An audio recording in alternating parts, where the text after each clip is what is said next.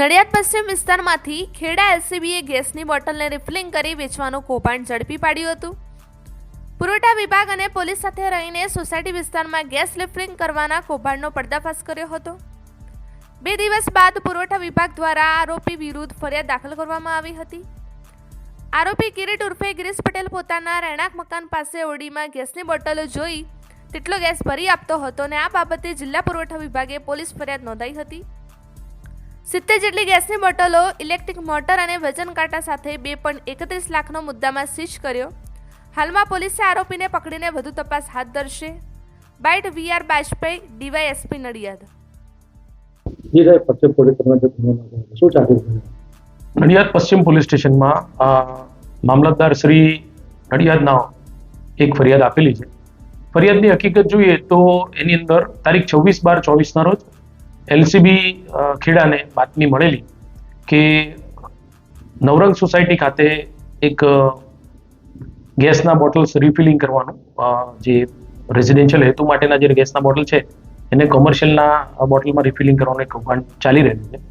તે આધારે તેઓએ તપાસ કરી અને વિગતવારનો રિપોર્ટ મામલતદાર શ્રી નડિયાદને આપેલો, જેથી નિયમ અનુસાર જિલ્લા પુરવઠા અધિકારી છે, પછી પુરવઠા નિરીક્ષક છે અને નાયબ મામલતદાર પુરવઠા આ તમામની ટીમે જે તે જગ્યા પર જઈને ખાતરી કરેલી નવરંગ સોસાયટી ખાતે। ત્યાં કિરીટભાઈ ઉર્ફે ગિરીશભાઈ ચીમનભાઈ પટેલ નામના જે આરોપી છે એ એમના ઘરે એ પોતે એ ગેરકાયદેસર રીતે જે ઘરેલું ઉપયોગ માટે આવતા જે એલપીજી ગેસ છે એની બોટલમાંથી કોમર્શિયલ બોટલોની અંદર ગેસનું રિફિલિંગ કરતા હતા। 70 જેટલી બોટલો મળી આવેલી અને 20 જેટલી ખાલી કોમર્શિયલ બોટલો હતી। એમાં જુદી જુદી ગેસ કંપની ભારત ગેસ છે, ઇન્ડિયન છે, ઇન્ડિયન ડોમેસ્ટિક, પછી એસપી ગેસ વગેરેની જુદી જુદી બોટલો હતી અને સાથે સાથે ફિલિંગ કરવા માટેના સાધનો ત્યાંથી મળી આવેલા।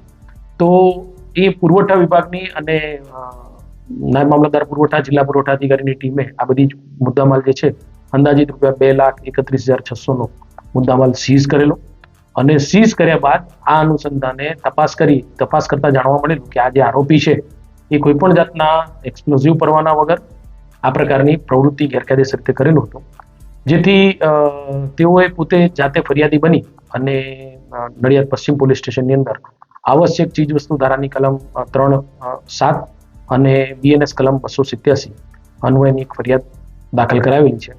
સાથે સાથે એલપીજી પુરવઠા વિતરણના નિયમો 2000ની પણ જે જોગવાઈનો ભંગ થાય છે તે અન્વયે ફરિયાદ આપેલી છે। હાલના તબક્કે આ આરોપીની શોધખોળ ચાલુ છે અને જેમ બને એમ ઝડપથી આરોપીને પકડી સત્વરે કાયદેસરની કાર્યવાહી હાથ ધરવામાં આવશે। સાહેબ, બાબત કેવી છે? આરોપીએ પોલીસ કઈ રીતે તપાસ કરી? તાત્કાલિક પ્રથમ તો હવે પંચનામું કરીને જ્યારે મુદ્દામાલ સીઝ કરવામાં આવે ત્યારે આરોપીની અટક કરી આરોપીના રિમાન્ડ મેળવી અને આ એના કૌભાંડની અંદર કયા કયા અન્ય વ્યક્તિઓ સામેલ હતા તે તમામની તપાસ થશે અને તમામની વિરુદ્ધમાં કાર્યવાહી હાથ ધરવામાં આવશે।